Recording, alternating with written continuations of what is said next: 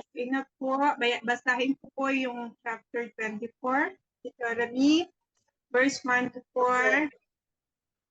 Kung mag-asawang isang lalaki, ngunit dumating ang panahon na ayaw na niya sa babae dahil may natuklasan siya nitong hindi kaaya-aya at gumawa siya ng kasulatan ng paghihiwalay, ibinigay ito sa babae at pinalayas ito sa kanyang pamamahay.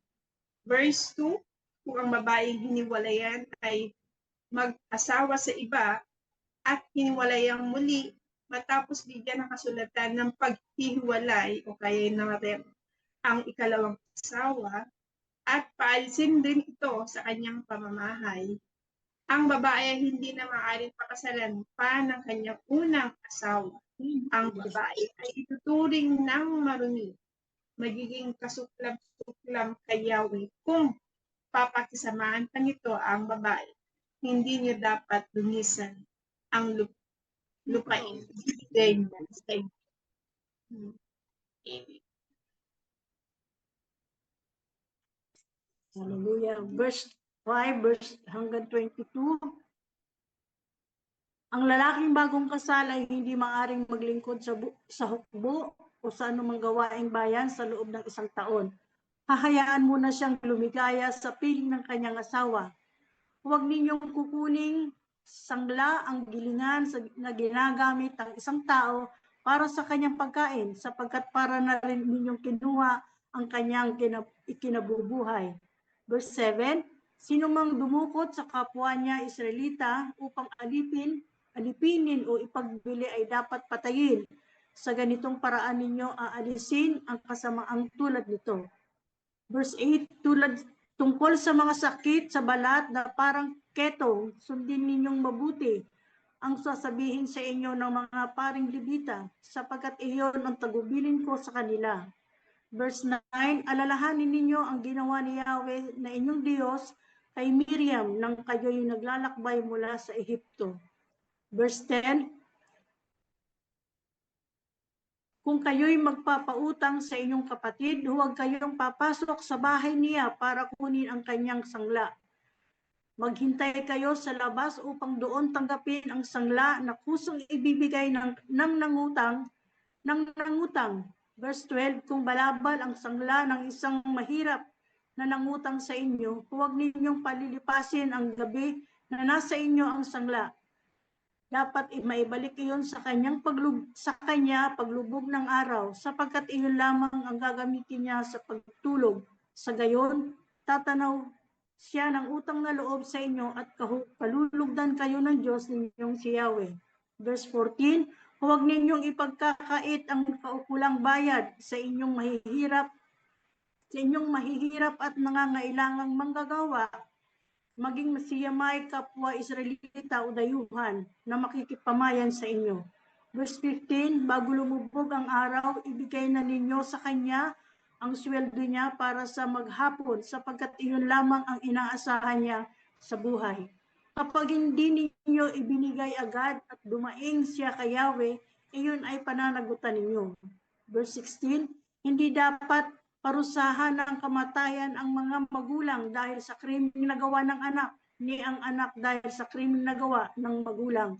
Ang mismong may sala lamang siyang dapat patayin. Verse 17, huwag ninyong pagkakaitan ng katarungan ang mga dayuhan o ang mga ulila. Huwag din ninyong kukuning sangla ang balabal ng babaeng balo.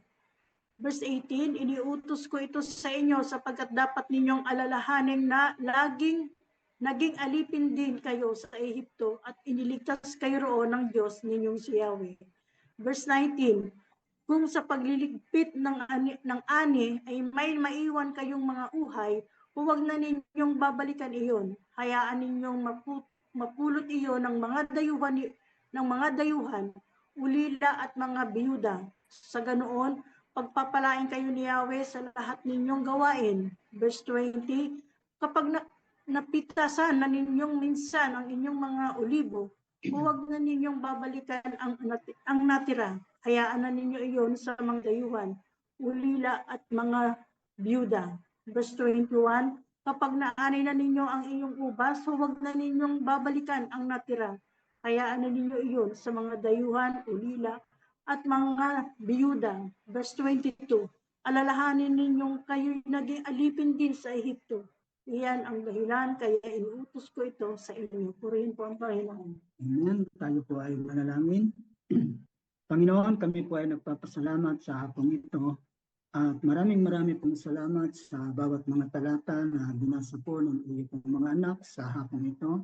Dalangin ko po, Diyos, na ito ay patuloy na lubos na maunawaan po ng bawat isa sa amin. Kami po ay patuloy na umaasa na ikaw po ang Diyos na patuloy na nagkakaloob ng karunungan sa bawat isa. Kaya maraming pong salamat sa nagbasa. Patuloy mga po silang pagpalain, ganoon din po ang bawat mga nakikinig ng iyong mga salita ay patuloy na lumago sa pamamagitan po ng pakikinig ng iyong mga salita. Salamat po sa iyo, napakabuti mo sa pangalan po ng aming Panginoong Hesus. Amen. Purihin po ang Panginoon. Salamat po sa salita ng Panginoon at sa mga nagbasa. Tayo naman po ay darako na po sa ating pong scripture reading and opening prayer po sa pamamagitan po ni Sister Lilia Lee. Sister Lilia. Amen. Thank you po, Ate Marilyn. Magandang hapon po sa ating lahat. Ang ating scripture reading for this afternoon ay nasa Psalm 117. Praise the Lord, all you nations, extol Him, all you people, for great is His love towards us, and the faithfulness of the Lord endures forever. Praise the Lord. Purihin si Yahweh, dapat na purihin ng lahat ng bansa. Siya ay purihin ng lahat ng tao sa balat ng lupa, pagkat ang pag-ibig na ukol sa ati dakila at wagas, at ang katapatan niya ay walang wakas. Purihin si Yahweh.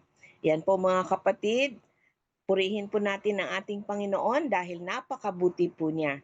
Kaya po tayo ay nagkasama ngayong hapon na to dahil ang ating pakay ay bigyan natin ng papuri at pagsamba ang ating Panginoon.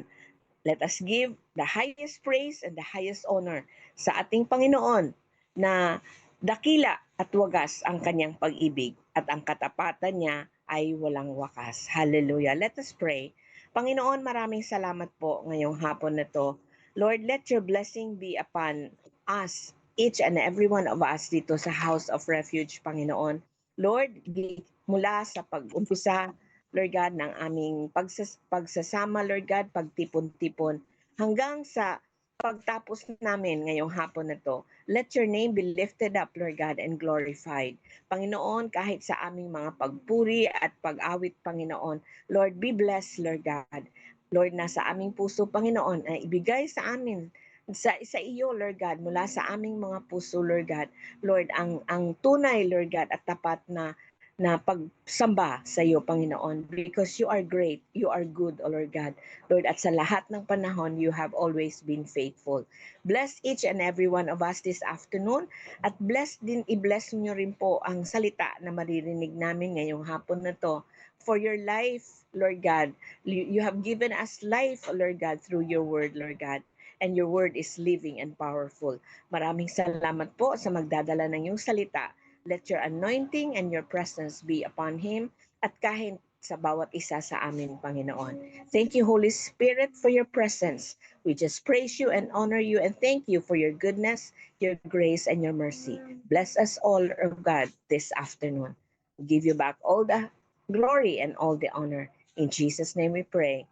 Amen. Amen. Amen. Hallelujah. Salamat po, Sister Lilia.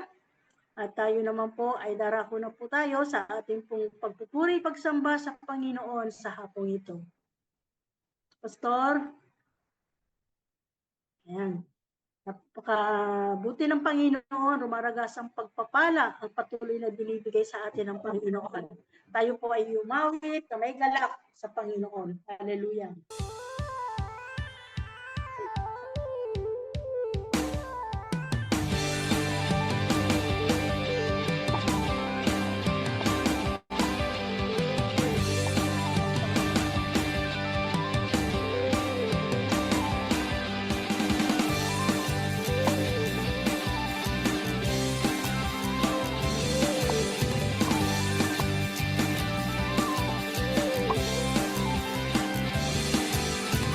Sinabi ng Diyos na aangat ang buhay ko.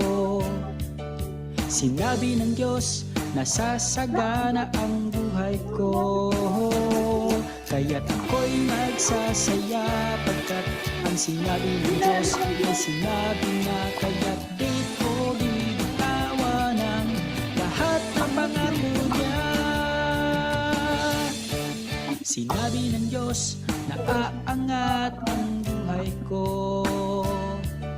Sinabi ng Diyos na sasagana ang buhay ko.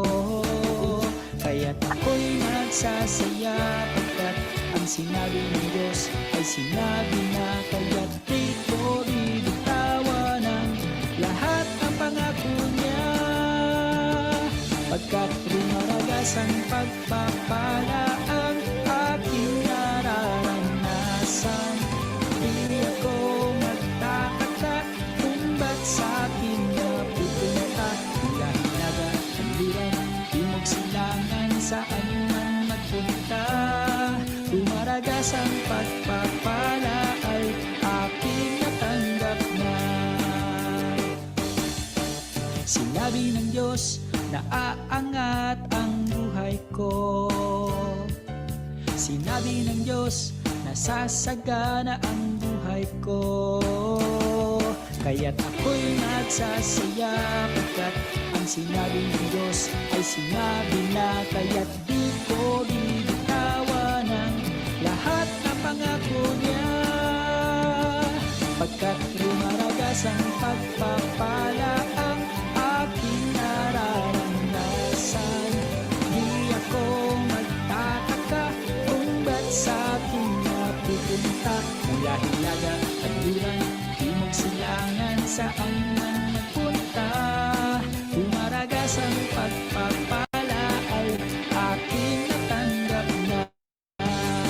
Rumaragas ang pagpapala ang aking nararanasan, di ako magtataka kung ba't sa akin napupunta. Mula hilaga, kanluran, timog silangan, saan man magpunta.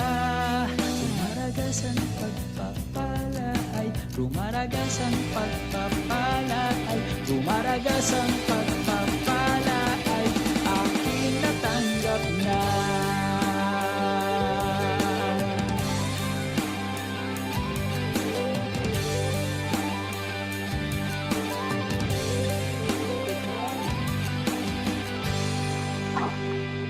Salamat Panginoon sa mga pagpapalang rumaragasa na patuloy mong pinagkakalob sa bawat isa sa amin, Panginoon. Hallelujah. Purihin ka, Panginoon, sa iyong katapatan. Thank you, Lord God. Hallelujah.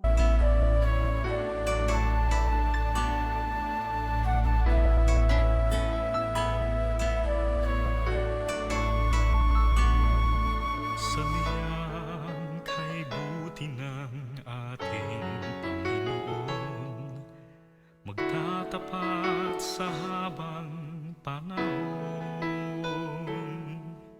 Maging sa kabila ng ating pagkukulang, biyaya niya'y patuloy na laan. Katulad ng pagsinag ng gintong araw, patuloy siyang magbibigay tanglaw. Kaya sa puso ko't damdamin, katapatan niya'y aking pupurihin.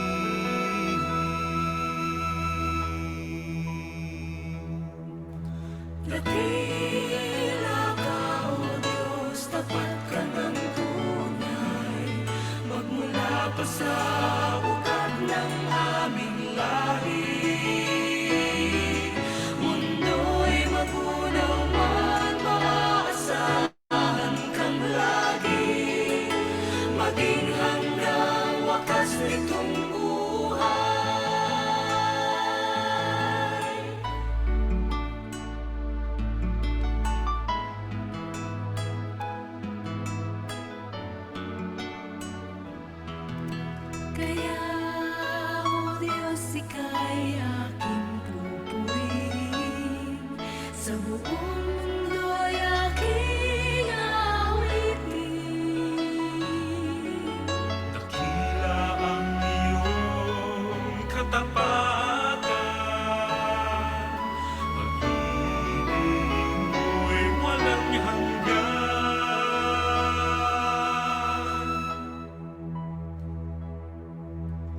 Dakila ka, O Diyos, tapat ka ng tunay. Magmula pa sa ugat ng aming lahi, mundo'y magunaw man, maasahan kang lagi, maging hanggang wakas nitong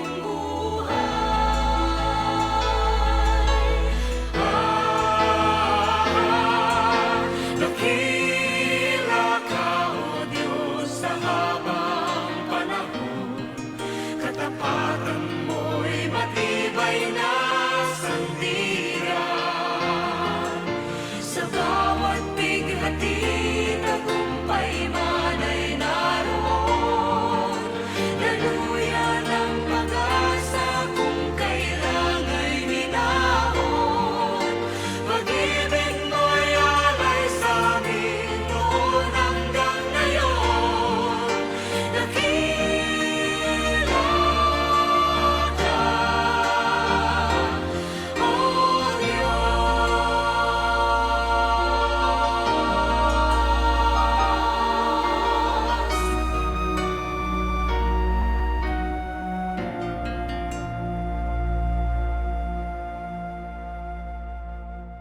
Hallelujah. Salamat po, Panginoon.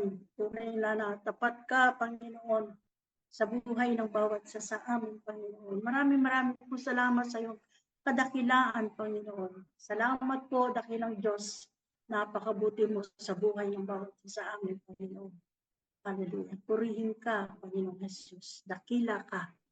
Kaya karapat dapat lang na ikaw lamang ang siyang itataas at kilalaning Panginoon na makapangyarihan sa lahat. Salamat po sa iyo. Walang hanggang katapatan. Hallelujah. Ang patuloy mong dinararanas sa amin. Purihin ka, Panginoon, sa hapon ito. Salamat po sa iyo, Pinang Diyos Ama. Hallelujah. At ngayon po, tayo naman po ay darako na po sa ating pong komunyon. Purihin po, Panginoon. Natawagan ko po si Sister Grace. Amen. Good afternoon po sa ating lahat. And ngayon po ang isa ka pinakadakilang privilege sa ating mga buhay na tayo po ay mag-celebrate sa ginawa ng Panginoong Hesus sa sanlibutan. Hallelujah. Kaya purihin ang Panginoon. Let us ready po sa ating mga representative elements. Pinagsaluhan po natin ang kabutihan ng Panginoon. Amen? Let's read Matthew 26, verse 26 to 30. The night before he was betrayed, he took the bread, and after he gave thanks to his Father, he broke the bread and gave to his disciples and said, "This, take, eat this my body, which is given for you.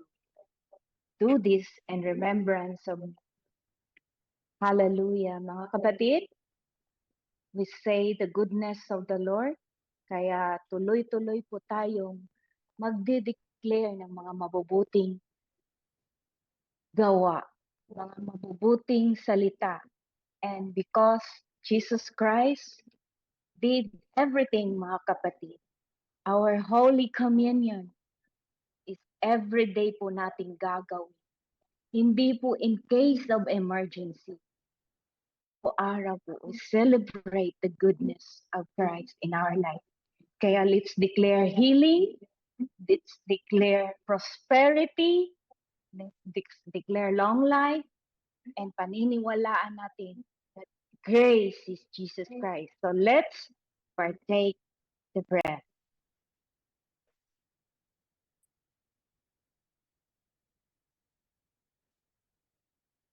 Amen. Hallelujah. Amen.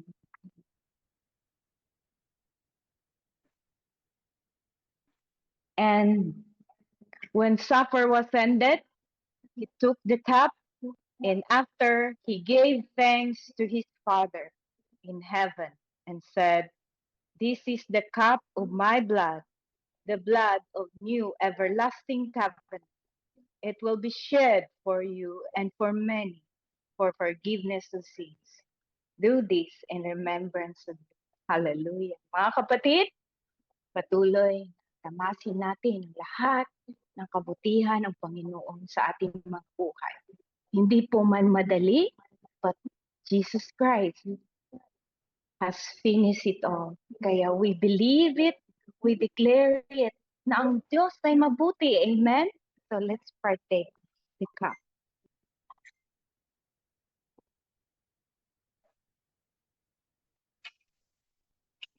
And let's all come to pray. Hallelujah. Praise the Lord. Hallelujah. Lord, maraming salamat, Lord God, sa pagtitipon namin ngayong hapon ng mga taga-House of Refuge. Dala-dala namin, Lord God, ang lahat ng iyong mga magagandang gawa po. And through this ministry, Lord God, sa House of Refuge, sa pastor na gagamitin mo, Lord God. Hallelujah, Lord God. Ikaw po ang Diyos na mabuti. Ikaw ang Diyos na buhay, Lord God. Kaya manatili po, Lord God, ang House of Refuge na maniniwala, Lord God. By your grace, Lord God, we are victorious. Hallelujah. Panginoon, i-bless mo ang bawat isa't isa hanggang sa patuloy ng aming pakikinig, Lord God. Patuloy mo, Lord God, na abutin ang aming mga panalangin, Lord God, mula sa aming mga pastor, sa lahat-lahat na narito, Lord God, na naniniwala sa iyo na ikaw ang aming kapayapaan at lahat ng mga suliranin namin, Lord God, na hapon. Sa iyo namin po idalangin, O Diyos. Kaya tulungan mo kami, tulungan mo ang bawat isa't isa. All this we pray, in Jesus' name, Amen. Hallelujah. Maraming salamat, Sister Grace. Tayo naman po ay darako na sa ating pong napaka-importanting gawain. Ang magpakikinig ng salita ng Panginoon. Sa oras na ito, tayo po ay pangungunahan na po ng ating mga pastor, si Pastor Mario Albenda. Pastor. Thank you, Ate Marlene. Magandang hapon po sa ating lahat. Masaya ba tayo ngayong hapon? Amen. Amen, no? So this is the day that the Lord has made and we will rejoice and be glad in it. Ate, pangatlong linggo pa lang ngayon, bukas pa lang yung pang-apat na, next Sunday pa, yung fourth Sunday. Oo nga pa. Pero malapit na rin po. Yun din ang ating tinakdang araw ng ating pagdiriwang ng ating anniversary ng House of Refuge. Kaya po, inaasahan ko po ng bawat isa sa atin ay will be around next Sunday. Mag-imbita tayo ng ibang mga tao na mga kaibigan, kamag-anak natin na pwede nating sendan ng ating link and together let us celebrate our anniversary, no? Bagamat virtually, alam natin na si Lord ay kikilos at gagawa din, no? Bagamat tayo po ay most of us ay hindi sama-sama o physically hiwa-hiwalay tayo, but we know na ang sabi ng Panginoon kung saan mayroong dalawa o tatlong nagkakatipon sa kanyang pangalan, siya po ang kanyang presensya will always be there. Amen po ba? No, so kaya let's get excited para po sa ating anniversary celebration at ito po ang araw na kung saan ating pagdiriwang ang kabutihan ng Panginoon for the ministry of House of Refuge. So tayo po ay manalangin as we come and receive God's word this afternoon. Let's pray. Hallelujah. Panginoon, marami po sa hapong ito na patuloy na ikaw ang nagbibigay sa amin ng pribilehiyo at ng oportunidad to be able to hear from you. And so Lord, we pray na patuloy ka pong kumilos at gumawa sa aming mga puso, sa aming mga kaisipan, at magpatuloy ang transformasyon ng aming mga buhay as we learn from your word. Marami pong salamat and we commit this time to you. In the name of Jesus Christ, we pray. Amen, amen, amen. So mga kapatid, tayo po, as I said, ay nasa ikatlong linggo na po tayo ng buwan ng Agosto. And ngayon pong Agosto ay nagpasimula tayo ng panibagong serye ng ating pag-aaral at ang pag-aaral po ito ay sabi nga natin, ito po ay mahalaga sa ating buhay bilang mga mananampalataya. And it's all about the 24 vital areas ng isang disipulo ng ating Panginoon. Kung ang mga vital organs po ay mahalaga sa mga doktor, no, to check on us kung ano ang ating kalagayan at physically, ano ang kalagayan ng ating mga katawan, ay ganoon din po kahalaga sa atin bilang mga mananampalataya today to check on our vital areas. Sapagkat ang sino man pong mananampalataya dapat magkaroon ng goal sa kanyang buhay. Ito ay hindi para i-bless lang siya ni Lord at yumaman siya, hindi lamang para siya ay maging malusog o siya ay maging maganda ang kanyang pamumuhay, kundi dapat po ultimately ang maging layunin o hangarin ng ating buhay is to become a true disciple of the Lord Jesus Christ.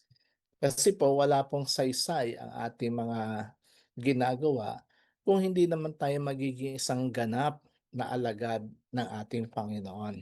Kaya po, hinangad natin o ninais natin na atin po itong alamin so that as we go through these 24 vital areas ng ating buhay, ay magkaroon tayo ng reflection o pag-assess sa ating mga sarili kung tayo ba ay umaayos na, nagpapaayos at kung tayo ba ay nagiging isang ganap ng disipulo ng ating Panginoon.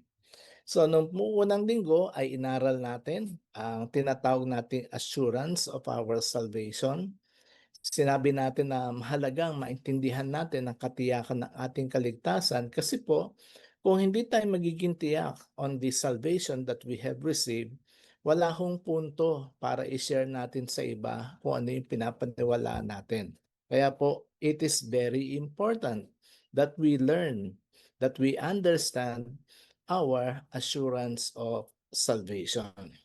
And last Sunday, we also talk about our victory. O yung pong pinangakong tagumpay ng Panginoon laban sa kasalanan. Salamat sa Panginoon sapagkat ang kanyang layunin sa atin ay hindi lamang yung siya ay tanggapin natin sa ating buhay, but for us to become victorious. Yun tayo po ay maging matagumpay sa ating buhay, lalo na sa pagtatagumpay natin the way we deal with sin in our lives. Kasi po, sabi nga natin, parati naman po nandyan ang kasalanan. Nandyan lang po yan sa alapaap. At anytime tayong sakupin, pwede tayong pangunahan nito sa ating mga buhay. Thank God that we have a promised victory over sin. This afternoon ay may kaugnayan din po doon ang ating aaralin. Sapagkat bagamat may pangako ang Diyos sa atin ng tagumpay, hindi ho ito automatic na magaganap sa atin without us making a decision to separate ourselves from sinning. So mahalaga po pala mga kapatid na hindi lamang yung pangako ng Diyos sa atin ng tagumpay, kundi dapat po tayo mismo bilang mga mananampalataya, bilang mga tao, should make a decision na tayo po ay gumawa ng pagpapasya na ihiwalay natin, no, iiwas natin ang ating mga sarili sa mga pagkakasala. Kaya po ito po yung magiging talakayan natin ngayong hapon. And I believe magiging malaking pakinabang po ito as we make a decision to follow Jesus in our lives.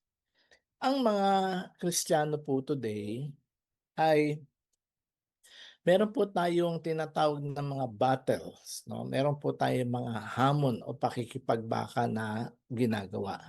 In fact, sabi po rito that one of the greatest battles every Christian faces today ay yung pong tinatawag na the struggle between living for God and conforming with the world.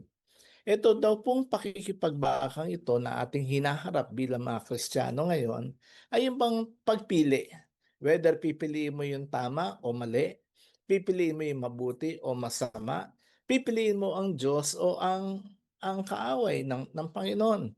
At pipiliin ba natin na mamuhay para sa Diyos o tayo ay umayon sa sanlibutan? The Bible is clear, mga kapatid, that we cannot serve both sin and our Savior.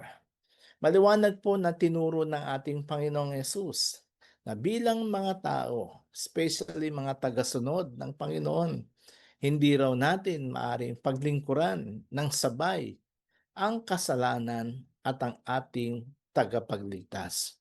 We only have to make one choice. Kung tayo ba ay pipiliin natin ang kasalanan, ang magkasala, o ang ating tagapagligtas. That is why we have to understand that through discipleship, ang totoong alagad, ang pagiging disipulo ni Jesus requires our separation from sin, yung ating paghihiwalay, pagtanggi o pag-iwas sa kasalanan. Not only in words, hindi lamang sa pamamagitan ng ating mga salita, kundi sa paraan kung papaano tayo namumuhay araw-araw. Amen po ba, mga kapatid? Also, hindi pala nakukuha ito sa kanta lang na, "O tukso, layuan mo ako," kundi kinakailangang panindigan mo, kinakailangang hakbangan mo yung iyong decision to be separated from sin. Kaya nga pala ang sabi ni Apostle Pablo in 2 Corinthians chapter 6 verses 17 to 18. Ang sabi niya po rito ay, "Kaya lumayo kayo sa kanila. Humiwalay kayo sa kanila," ang sabi ng Panginoon. "Iwasan ninyo ang anumang marumi at tatanggapin ko kayo. Ako ang magiging ama ninyo at kayo'y magiging mga anak ko," ang sabi ng Panginoong makapangyarihan sa lahat. So ito po ay letter ni Apostle Pablo sa mga taga-Korinto. And of course, if we are going to read yung pong konteksto ng mga talatang ito, of course, we will see na si Apostle Pablo ay tinutukoy niya ang kasamaan o ang kasalanan. That is why, siguro, nung unang panahon na yon, di ba, ang sabi nga po sa Bible, ang lahat ng kaganapan ngayon ay nangyari na noon. So in other words, kung meron tayong struggles today, meron tayong mga pagsubok sa panahon natin ngayon, nangyari na. That is why he has to tell them. He has to give them an instruction. Ano ang instruction niya? Lumayo kayo sa kanila. Humiwalay kayo sa kanila. Iwasan ninyo ang anumang marumi at tatanggapin ko kayo. Sa mga kapatid, mahalaga pala para sa ating buhay today na bilang mga Kristiyano ay maintindihan natin that God actually commands His people to be holy and distinct. Dapat po nating maintindihan na ang pagiging banal o ang pag-iwas sa anumang uri ng kasalanan ay hindi po isang suggestion, hindi po isang opinion o isang optional na bagay na pwede nating sundin, whether gagawin mo o hindi. Makikita po natin sa mga talatang nabasa natin na ipinag-uutos ng Diyos sa kanyang bayan na sila ay maging banal at kakaiba sa kanilang mga kapaligiran. Di ba kagabi doon sa ating Bible study sa Deuteronomy chapter 23, when the people of Israel was about to enter the land, the promised land that God gave them, no, maraming mga instructions si Lord sa kanila. At isa nga doon ay yung kanilang pagiging banal at kakaiba sa lahat ng mga bansa.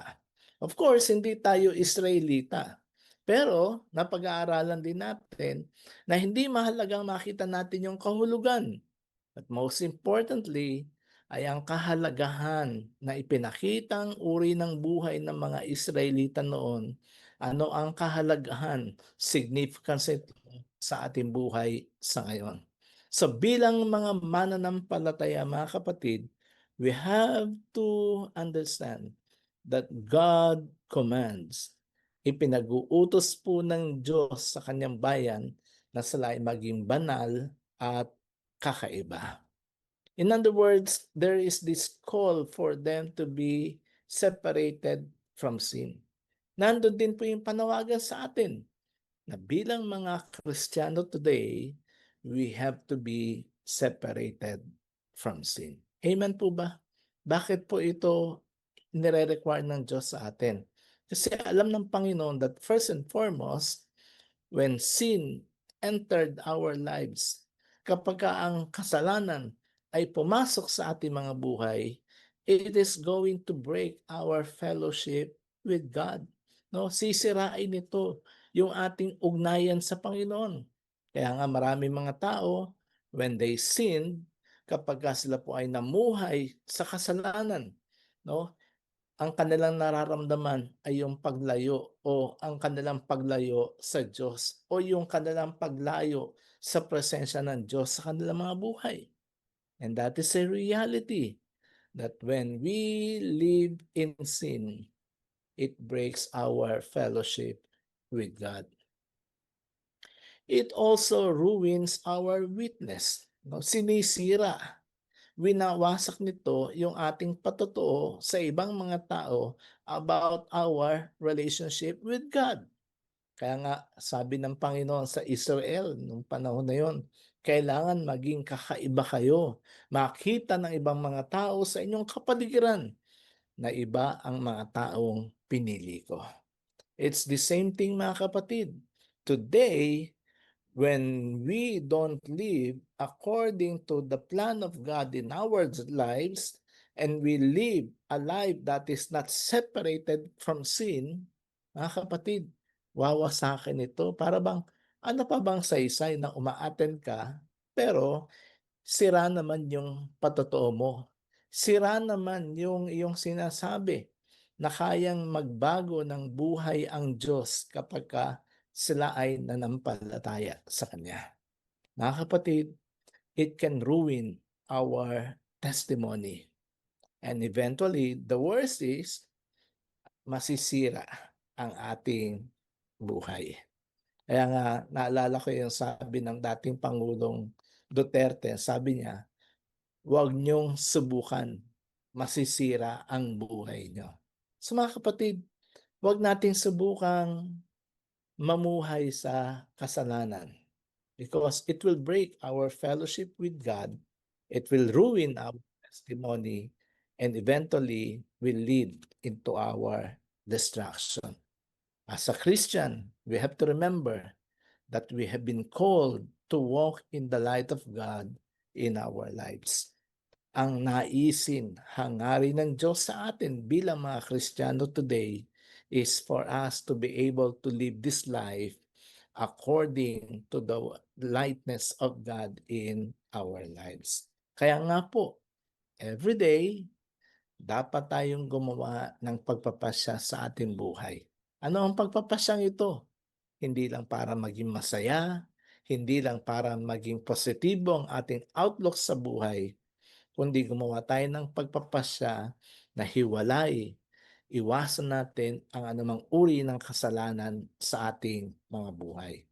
Ang tanong, kaya ho ba ito? Pastor, kaya ba yan?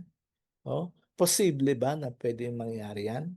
Titignan po natin this afternoon ang ilan sa mga practical steps that we have to take, that we can take in order to be separated from sin. Ano yung mga ilang hakbang na practical na pwede natin magawa so that we can be able to live a life that is separate from sin. Number one, sabi po rito is that we have to depart from iniquity. Of course, yung pong word na depart or departure, ito po yung pag-alis, paglayo, pag-iwas o kaya pag-iwas. So ang sabi po rito, one of the ways that we can do in order to live a life that is separate from sinning is to depart from it. Depart from iniquity. Layuan natin, iwasan natin ang anumang uri o anumang forma ng kasalanan. Kaya po, ang sabi ni Apostle Pablo kay Timothy in 2 Timothy chapter 2 verses 9 to 22, ano po ang sabi niya dito? Ngunit matibay ang pundasyong itinatag ng Diyos at dooy nakatatak. Kilala ng Panginoon kung sino ang tunay na Kanya. At ang bawat nagsasabing siya ay sa Panginoon ay dapat lumayo sa kasamaan. Verse 20, sa isang malaking bahay ay may iba't ibang uri ng kasangkapan. May yari sa ginto o pilak at mayroon namang yari sa kahoy o putik. May ginagamit para sa mga tanging okasyon at mayroon namang pang araw-araw. Verse 21, ang sinumang lumalayo sa kasamaan ay katulad ng sisidlang natatangi, malinis at karapat-dapat gamitin ng may-ari para sa lahat ng mabubuting gawain. Verse 22, kaya nga, iwasan mo ang mga masasamang hilig ng kabataan. Sa halip ay pagsikapan mong maging matuwid, tapat, mapagmahal at mapayapa kasama ng mga taong may pusong malinis na tumatawag sa Panginoon. So here, mga kapatid, very clear yung panawagan sa atin. If we are serious of living a life that is separated from sin, dapat gawin natin ito. Ano po ang sabi rito? Iwasan natin, layuan natin ang anumang uri o forma ng kasalanan.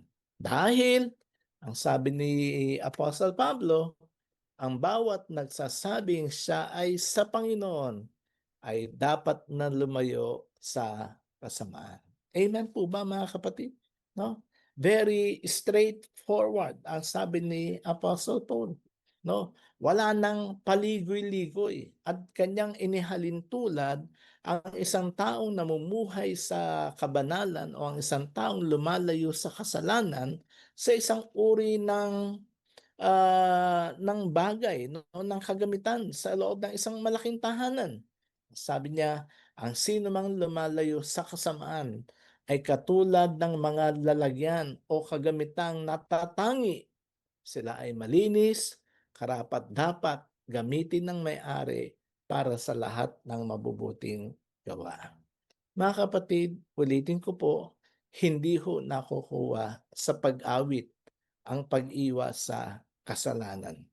Ito po ay magagawa lamang natin kung gagawa tayo ng desisyon sa ating mga buhay to depart, lumayo, iwasan, iwanan ang anumang uri ng kasalanan sa ating mga buhay.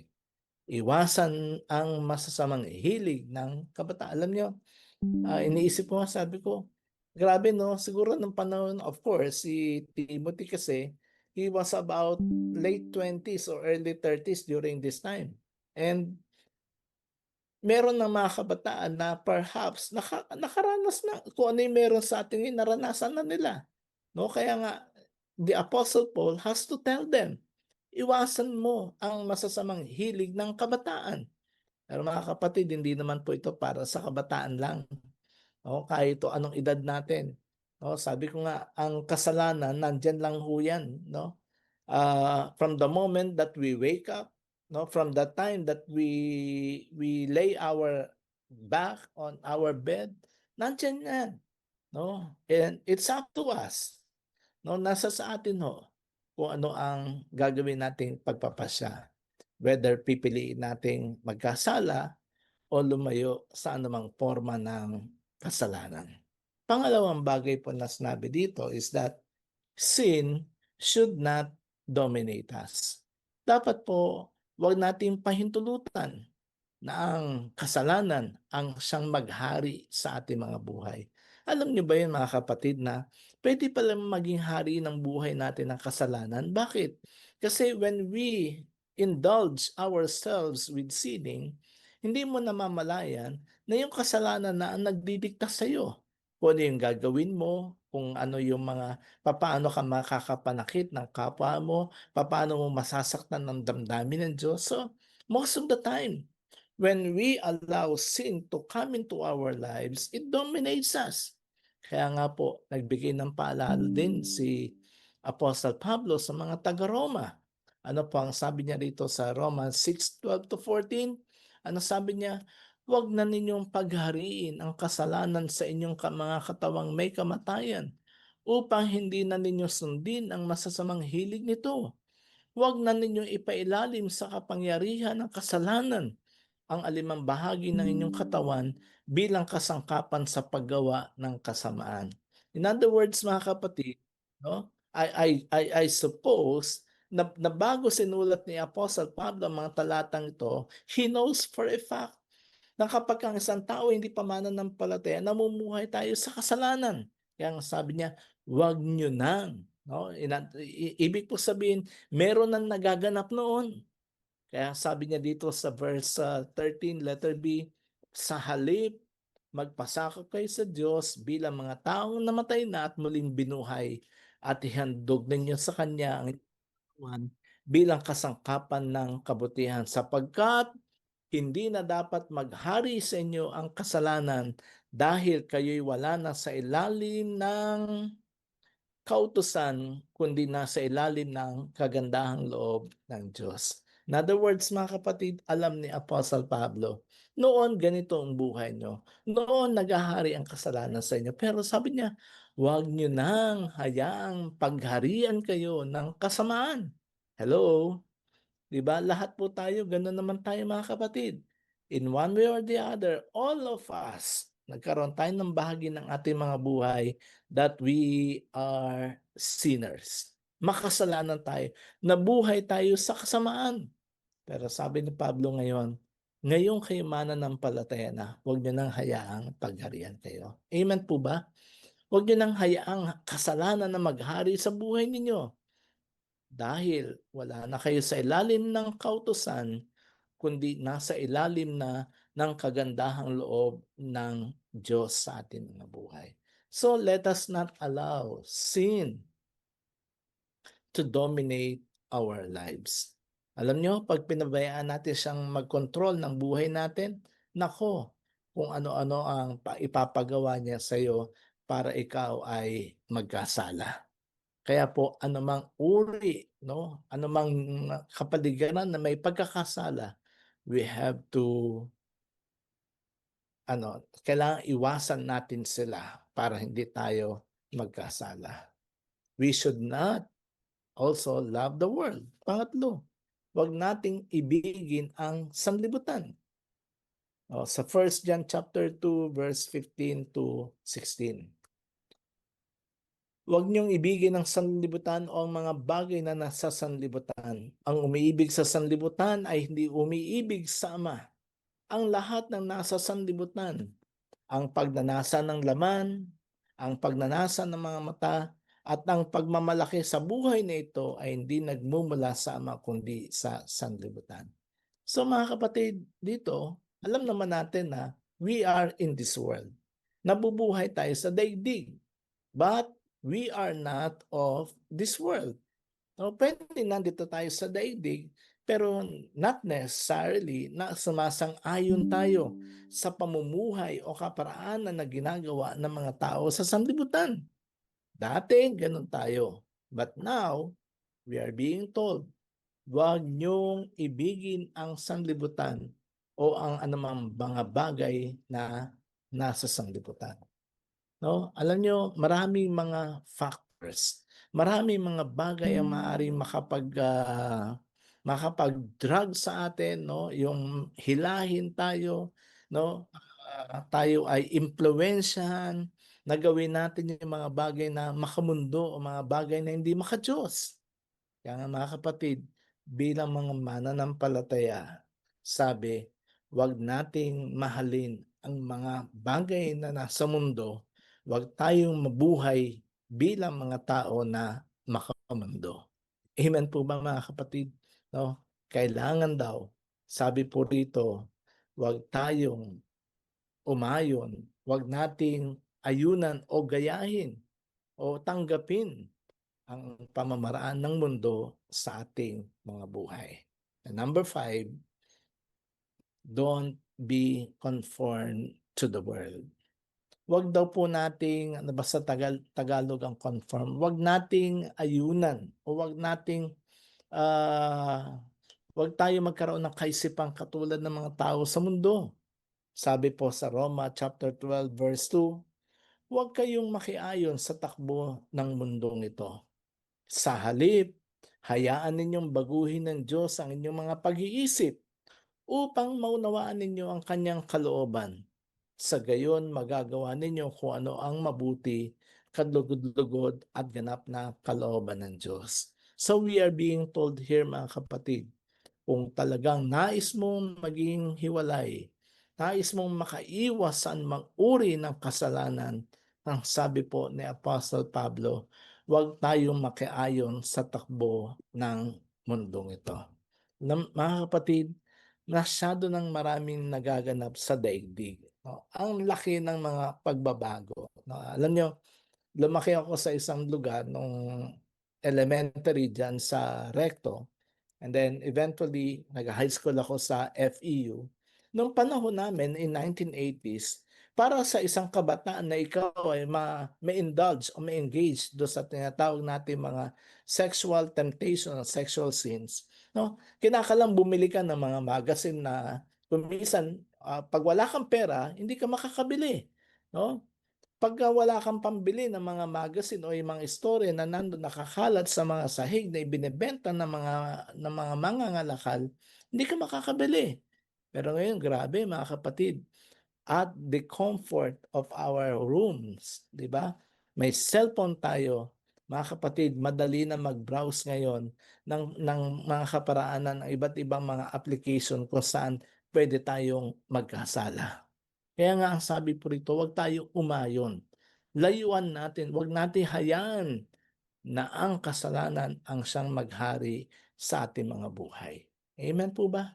So we have to understand na ang plano ng Diyos sa atin ay hindi lamang bigyan ng pangakong magtagumpay, kundi tayo bilang mga Kristiyano ay magpasyang humiwalay, iwasan o layuan ang anumang pagkakasala. What are some of the additional steps that we can take in order to be separated from sin? Number 1, mga karagdagang hakbangin na pwede natin gawin para tayo ay makaiwas, makalayo sa kasalanan. Number 1, avoid. Iwasan natin. Avoid any sin or temptation. Huwag ka nang, kung alam mong meron tukso sa lugar na yon, huwag ka nang doon dadaan. Hello? Kapag alam mo na ikaw ay prone and vulnerable into temptation during that time, during any particular time, avoid it. Layuan mo na. No, gawin mong abala ang sarili mo sa ibang mga bagay. No, imbis na paglaanan natin ng panahon na isipin kung ano yung kasalanan na yun, kung ano yung mga temptations na yun, layuan na natin. I-avoid na natin. Like halimbawa, sa aming merong nagkakaroon ng mga chance to travel abroad, di ba? Kung minsan meron mga lugar na open ang tinatawag na pornography, open ang prostitution. Well, rather than taking that way, nalalakaran mo, umiwas ka na. Kung alam mong magkakasala ka, layuan mo na yung lugar na yon. Amen po ba? Iwasan mo na. Pangalawa, we have to memorize scripture passages. Alam niyo po ba mga kapatid that one of the most effective and powerful tool in order to be separated from sin ay ang kapangyarihan ng salita ng ating Panginoon? Di ba in Matthew chapter 4, when Jesus Christ was being tempted by the enemy, nung tinutukso siya ng kaaway, ano sabi ng Panginoon? It is written, nasusulat, ganito, no? Mga kapatid, napakayaman po ng Biblia. Napakayaman ng salita ng Diyos na anumang uri ng pagsubok, anumang uri ng mga temptations na maaaring maranasan natin sa ating mga buhay, Meron at merong sagot ang Bible tungkol sa mga bagay na yan. That is why we have to memorize. Kung si Jesus nga po nagme-memorize eh, sino ba tayo para hindi mag-memorize? Amen po ba? So, let's try to memorize some scripture passages. And of course, we have to pray for God's strength and power. O kapag when we are being tempted, we have to ask God for His strength. We have to ask God for His power. Alam niyo po mga kapatid, hindi natin kayang mapagtagumpayan ang kasalanan kapag wala ang kapangyarihan at kalakasan ng Diyos sa ating mga buhay. Amen po ba? Kaya nga sabi ng Panginoon sa atin, apart from me, you can do nothing. Kahit na anong gawing effort mo physically for you to be able to overcome sin, hindi magtatagumpay kapag wala ang kapangyarihan at kalakasan ng Diyos sa iyong buhay. Mga kapatid, we pray for God's strength. And number 4, hilingin natin ang panalangin ng ibang mga tao sa atin. Kaya nga, importante ho sa atin ang prayers ng bawat isa. That when we are being tempted, we can pray. No? Mga kapatid, we can call a friend. Pwede tayong tumawag ng kaibigan. Pwede natin hilingin ang kanilang panalangin para sa atin. So that hindi tayo mahulog sa pagkakasala. Kuminsan may mga confidential, mga private matter that kuminsan iniisip natin, parang nahihiya tayo na sabihin natin, mga kapatid, when we are being tempted to sin, no, mahalaga na pumili tayo ng mga taong pwede natin pagkakatiwalaan, na mapagsabihan natin ng anumang tukso na ating dinaranas at hilingin natin ang kanilang panalangin para sa atin. Because when you try to overcome it by yourself, most likely mabibigo tayo kasi wala tayong tulong, walang support group from others. Mga kapatid, kalooban at nais ng Diyos, mabuhay tayo na hiwalay sa kasalanan. Sana po, naisin natin, i-desire natin na matupad kung ano yung hangarin ng Diyos para sa atin. Let us pray. Lord, marami pong salamat sa hapong ito. Salamat po, Lord, for teaching us na Panginoon, kalooban mo pala para sa amin na kami ay mabuhay ng hiwalay sa kasalanan. Mabuhay kami ng matagumpay laban sa kasalanan. Kaya po, Panginoon, nandito po kami ngayong hapon, nawa ay tulungan mo po kami, Panginoon, that as we make a decision to be separated from sin, Lord, we will be able to make it, Panginoon, na magtagumpay laban sa kasalanan. Maraming pong salamat, Panginoon. Ikaw po ang siyang manguna at patuloy na gumabay sa aming mga buhay. In the name of Jesus Christ, we pray. Amen. Amen. Kapatid, praise God. Ito po yung ating ilan sa questions for our reflection. Diba? Ano ang pagkakaintindi natin sa sinasabi sa Romans chapter 12 verse 2? Pangalawa, paano natin ito i-apply sa ating mga buhay? At pangatlo, kailan natin ito susubukan na gawin sa ating mga buhay? Mga kapatid, magkaroon lang tayo ng short na sharing tungkol dito sa mga sinabi natin, no? Para sa ganon ay ma-digest natin ang salita ng Diyos sa ating buhay. Amen?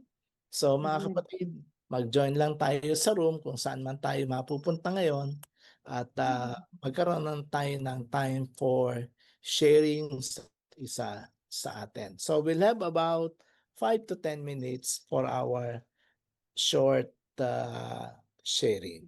Okay, join po tayo sa mga rooms natin.